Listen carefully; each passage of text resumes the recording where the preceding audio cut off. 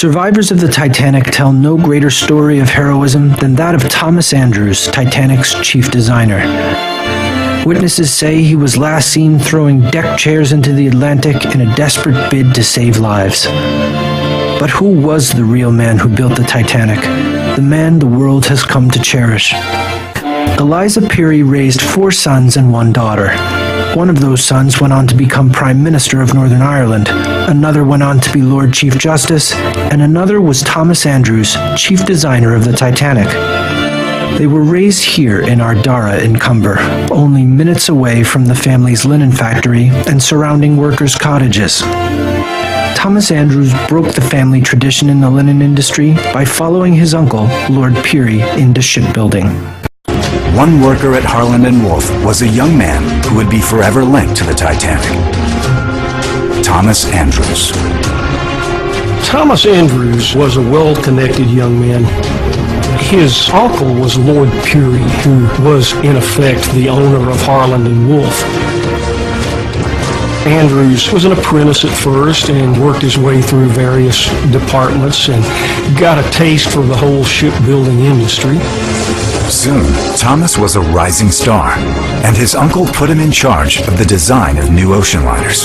It's nepotism to the nth degree. However, in this instance, this man was qualified for the job.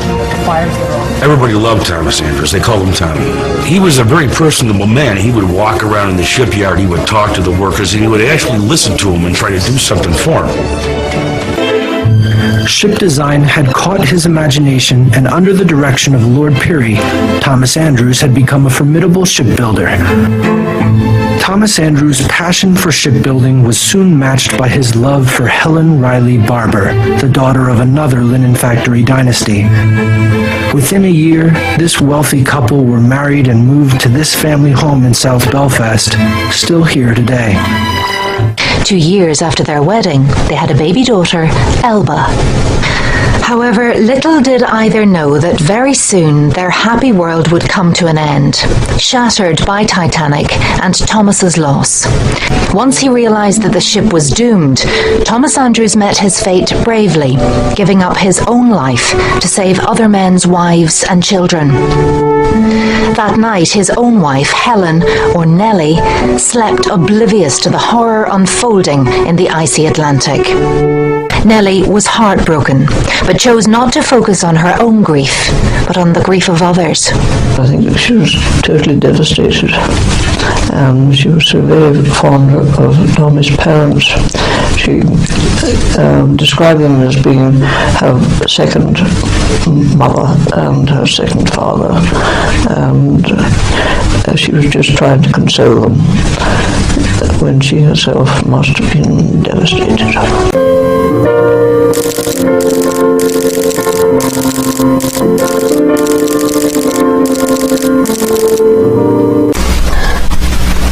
I would like to read you one last letter. Okay. That I wrote to my in-laws on April 25th, 1912. My own dearest second mother, I cannot speak, but I can only write and tell you that my whole being yearns for my darling, and my heart just aches and aches for you and my dear second father who have been so loving to us. If you only knew the love and admiration I have for you both and for my brothers and sisters at Ardara and Maxwell Court, that you should all have such an awful sorrow seems just too cruel beyond words.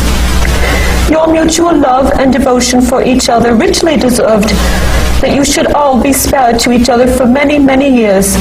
For you are indeed the most united circle, I'm so sorry I can't even speak, I have ever known. I think I know your pain, but oh, Aunt Lizzie, dear, we must not despair. Dear old Tommy could not bear to see anyone suffer, especially those he loved.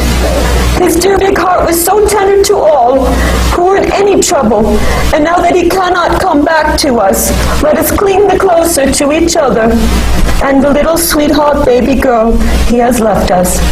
If there was anything that love or sympathy could do for you all, I would do it. When I come to you, I want you to feel absolutely free to speak of him, or not, as you may wish, whichever you really feel will help you most. My fondest love to you, dearest Aunt Lizzie and Uncle Tom. Ever your loving Nellie. Oh, Nellie. My husband. Oh, your dear husband. As the design and construction of the Titanic got underway, thousands of Belfast workers were also competing for a rare honor: the chance to join Thomas Andrews on the ship's guarantee group. They all had their specialties, you know. They didn't just pick 4 guys at Harland and Wolff and say, hey, you want to go for a ride? Only 8 workers out of more than 10,000 would be chosen for the maiden voyage, with the 9th Thomas Andrews as their leader. It was the honor of a lifetime. The guarantee group were the experts. They knew the Titanic better than anyone. The White Star Line and the crew were just taking over the operation of the Titanic, but the guarantee group were the ones that built it. Monday, April 14th, the 4th day at sea. The temperature drops 10 degrees in 1 hour. It is an ominous sign. Thomas Andrews retires to his cabin, unaware of any danger to his pride and joy. Till tomorrow.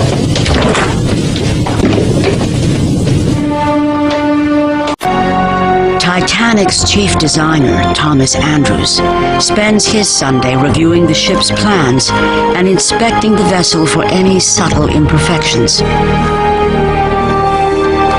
Titanic is the greatest achievement to date of his ascending career. 11:40 Sunday evening.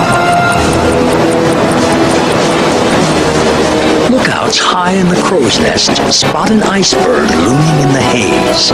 They ring a warning bell 3 times and message the bridge. From the bridge, the Titanic is turned hard to port. But it's too late.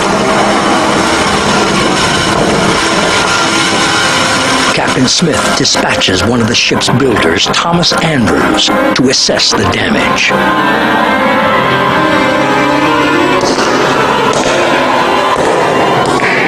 Andrews moves quickly into the ship's forward compartments for an inspection.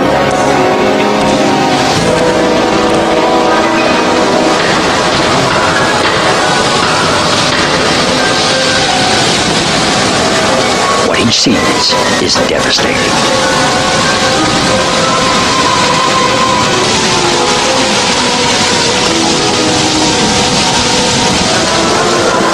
Titanic's hull plating has been dangerously pierced by the iceberg.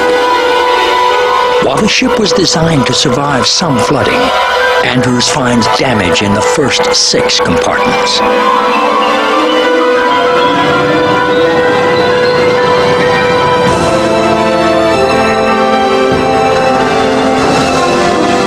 Andrews reports to Captain Smith the ship has an hour and a half, maybe 2. The great ship Titanic is doomed.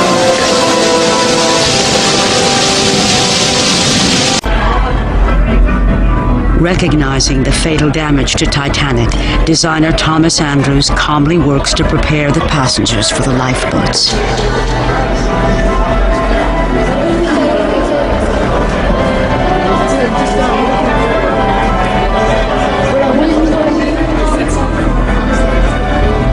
He knows, regardless of his effort, there will be a tragic loss of life.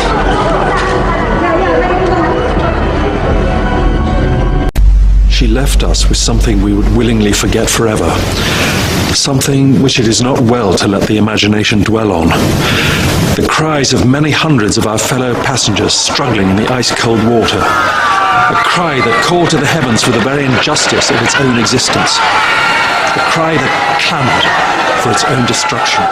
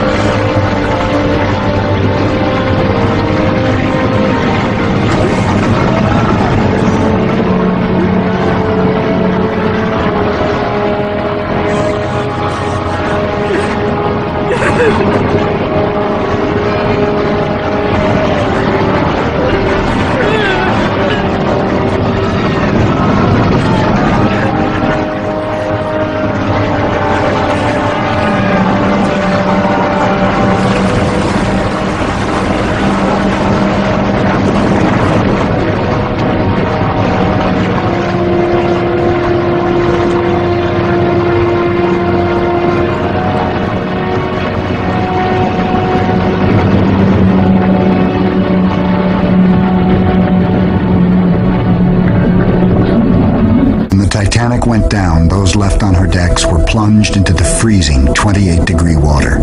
Most of them did not drown. They froze to death. Fifth Officer Lowe reported that there were so many bodies floating on the surface that he could not row through them.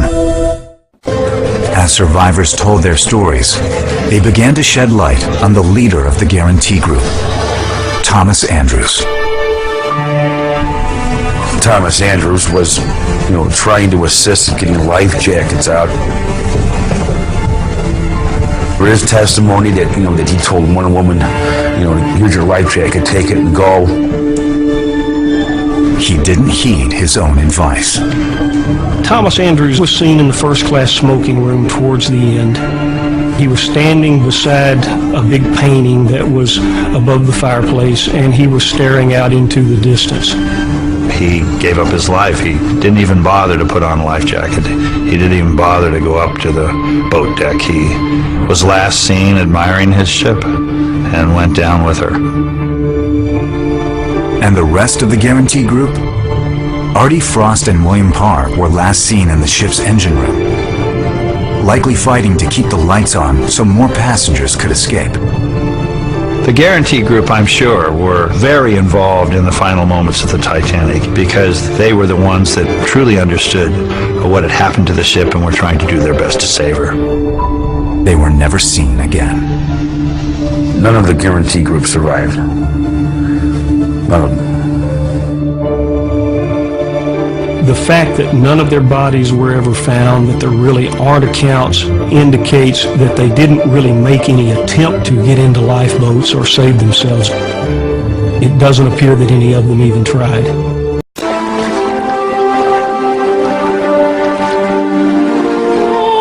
The iceberg drifts on, leaving behind the haunting evidence of its passing.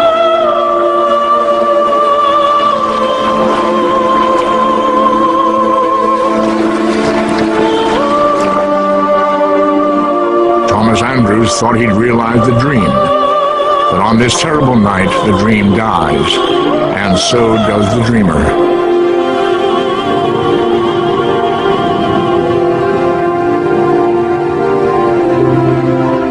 It is the worst ship disaster in history. Of the 2,227 who board the Titanic, 1,517 perish. The biggest ocean liner the world has ever seen ends its maiden voyage here, 13,000 feet down at the bottom of the cold and unforgiving Atlantic. For Ballard, this is history. It is a gravesite, a memorial. He believes she should be left alone. Nestled amongst all this giant wreckage were these pairs of shoes.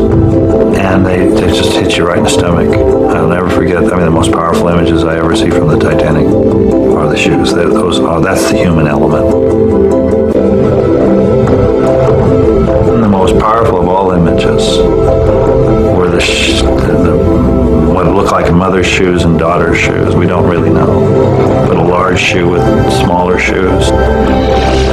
And next to that, a mirror, a hand mirror, and a comb for combing their hair. And then these two other large hair combs that once you comb your hair, you put it in your hair. And I just thought of a mother combing her daughter's hair, and I wondered what the daughter's face looked like in the mirror. And right next to it, a basin and a tile looked like from a second-class stateroom. Did they hide in their room? We know that some people went and hid, thinking they could just go hide and they would be okay.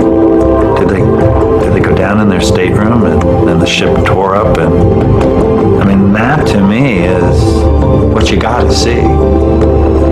Because that's what the Titanic is all about. It isn't the ship, it's the people on the ship.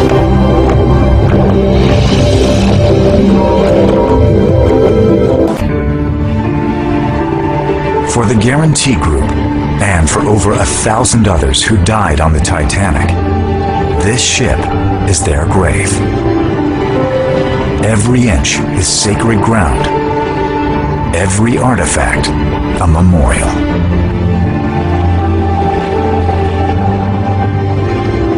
My feeling is if you can't protect the Titanic, there's nothing in the sea you can protect. It has been said that how can you give the most respect to those who gave their lives? And the answer always comes up. You can honor their memory and you can tell their tale.